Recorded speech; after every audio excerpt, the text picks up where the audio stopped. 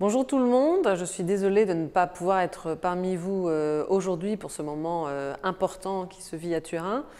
Je voulais vous adresser ces quelques mots pour vous expliquer un peu l'expérience parisienne de retour en gestion publique du service d'eau. Nous avons connu 25 ans de délégation au secteur privé et ces 25 ans de délégation ont été en fait marqués par une opacité financière, un manque de contrôle démocratique, le fait que la collectivité parisienne n'avait plus aucune maîtrise sur son service, et aussi d'ailleurs on va dire un abandon parfois d'une certaine exigence technique. Donc nous avons voulu créer un vrai service public de l'eau à Paris sous la forme d'une régie. Donc cette régie Eau de Paris est totalement opérationnelle depuis le 1er janvier 2010, donc à l'heure où je vous parle, ça fait maintenant plus de 3 ans et demi qu'elle est en exploitation, et donc nous pouvons déjà dresser un bilan que je pense positif pour ce retour en gestion publique de l'eau à Paris. Positif sur plusieurs plans. D'abord sur le plan économique, nous avons pu faire des gains économiques très importants. On les estime autour de 35 à 40 millions d'euros par an, puisqu'en fait on internalise la rente économique des délégataires privés, parce qu'il n'y a pas de marge, il n'y a pas de profit, on ne reverse pas de dividendes à des actionnaires, on lance les travaux dont nous avons besoin avec des marchés publics, donc nous avons des frais beaucoup moins importants. Nous avons aussi récupéré la facturation, c'est nous qui avons le contact direct avec les usagers et les abonnés, et c'est nous qui collectons l'argent. Donc nous sommes en circuit, on va dire, circuit financier fermé. Tout ce que nous gagnons sur la facture, nous le réinvestissons sur le service, et ça fait évidemment une mutualisation technique et des fonctions intéressantes pour des coûts économiques bien plus intéressants également.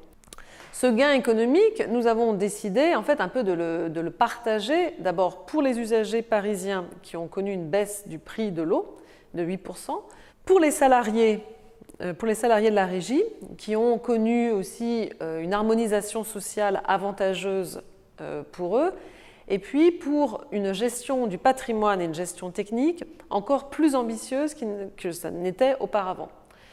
Mais à côté de ces gains économiques, de cette meilleure politique d'investissement et meilleure politique aussi, je dirais, de contrôle technique, nous avons aussi un plus grand contrôle démocratique. D'abord parce que la collectivité parisienne, grâce à un contrat d'objectifs qu'elle a avec sa régie, peut avoir une réelle évaluation du service.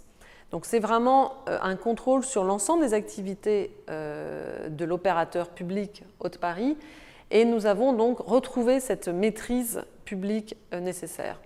Et puis le contrôle démocratique, ce n'est pas seulement la collectivité et la municipalité, ce sont aussi les citoyens. Et donc on a été, je pense, assez innovant à Paris, puisque nous avons dans notre conseil d'administration de la régie à la fois des élus, puisque c'est une structure totalement publique. Ce sont des élus, pas actionnaires, parce que nous ne sommes pas une société par action. Et puis nous avons aussi des usagers, représentants des associations ou représentants du monde de la protection de l'environnement, et aussi des personnes qualifiées qui peuvent avoir une approche intéressante pour la gestion de l'eau à Paris. Et dernier point important, nous avons des représentants du personnel. Toutes ces personnes-là, sauf les personnes qualifiées, mais les élus, les représentants du personnel et les représentants des associations usagers protection de l'environnement, ont voix délibérative, très important. Donc ça a permis vraiment, comment dirais-je, d'abord de meilleurs débats au sein du conseil d'administration, et puis un regard tourné vers la société civile des équipes d'Eau de Paris, ce qui n'était pas forcément le cas auparavant. Et puis une prise en compte surtout des besoins et des attentes que les usagers pouvaient avoir sur le service. Et puis à côté, nous on a créé un observatoire parisien de l'eau, qui est un lieu de débat, un lieu d'initiative autour de l'eau, un lieu aussi de concertation. Donc tout ce que nous menons à Paris autour de la politique de l'eau, eh bien, nous en discutons à l'observatoire. Pour la France, qui est le pays qui a le plus délégué ses services d'eau et d'assainissement au monde, le fait que la capitale revienne en gestion publique, c'est vrai que ça a été quand même un peu une mini-révolution pour le secteur de l'eau, puisque en fait Paris, capitale française, montrait qu'en fait après 25 ans de délégation au privé, il était plus intéressant, à la fois pour la collectivité et pour les usagers parisiens, d'avoir une gestion publique plutôt qu'une gestion privée. Donc ça a suscité un débat évidemment à Paris, mais surtout un débat sur le territoire national. Et de nombreuses villes, des grandes villes d'ailleurs pour la plupart, ont décidé de revenir en gestion publique. Et donc ou sont déjà passées à l'acte, je dirais, ou sont en train de passer à l'acte, puisqu'à la fin des contrats, elles auront aussi un opérateur public et non plus un opérateur privé. Et donc nous avons maintenant un nouveau secteur de l'eau en France qui a de gros acteurs publics, Paris évidemment étant le plus gros service public d'eau en France, mais avec de nombreux acteurs publics qui montrent que la gestion publique, c'est possible, c'est souhaitable, c'est réalisable. Et nous espérons bien, que ce soit en France ou ailleurs, pouvoir faire encore plus d'émules pour préserver ce bien aussi précieux. Je terminerai mon message pour dire combien j'ai beaucoup d'admiration pour la lutte que mènent les Italiens, les mouvements sociaux, les élus, les collectivités, les opérateurs publics, pour défendre la gestion publique de l'eau en Italie. Vous avez gagné une belle bataille avec le référendum italien, et vous avez encore une seconde bataille à gagner qui est d'avoir des services publics d'eau performants sur tout le territoire national italien.